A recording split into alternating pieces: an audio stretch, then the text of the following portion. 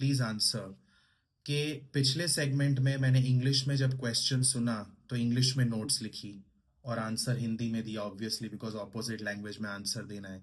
पर यहाँ हिंदी में क्वेश्चन सुना फिर भी मैंने इंग्लिश में नोट्स लिखी, व्हाई? बिकॉज हिंदी भी अपने को ट्रांसलेट करके इंग्लिश में बोलनी है, तो अगर आप नोट्स हिंदी के भी इंग्लिश में लिखते हैं तो वो अपने लिए इजी रहेगा, ओके, क्योंकि एक बैकग्राउंड या एक फेज अपने को पहले ही मिल जाएगा क्लू।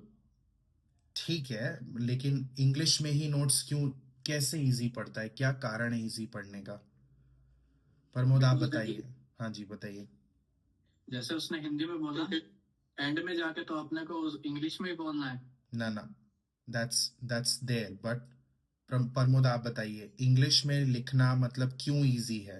क्योंकि सर सबसे पहले तो हम जो अपने डेली लाइफ में मतलब इंग्लिश बोलते हैं, तो हमारे लिए इंग्लिश में नोट लिखना इजी है।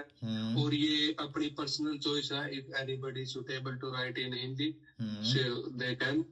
और बट नॉर्मली इजी होता है जो इंग्लिश में होता है, क्योंकि हमारे डेली लाइफ में यही हम ज्यादा यूज करते हैं। करेक्ट, और इसमें एब्सोल्युटली नोट करेक्ट, लिखना भी इजी है। Very good, correct answer. Hindi में भी नोट्स ले सकते हो, इंग्लिश में भी नोट्स ले सकते हो, डजंट मैटर। वो कोई कंपलसरी नहीं मैंने बोला है कि इंग्लिश में ही लिखना है, हिंदी में कैसे लिखा आपने, ऐसा नहीं है।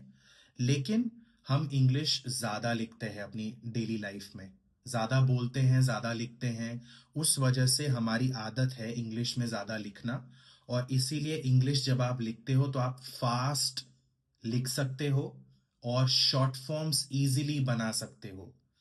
वहीं पे आप हिंदी में नोट्स लिखने का ट्राई करना, आप फास्ट नहीं लिख पाओगे और आप फटाफट शॉर्ट फॉर्म्स नहीं बना पाओगे।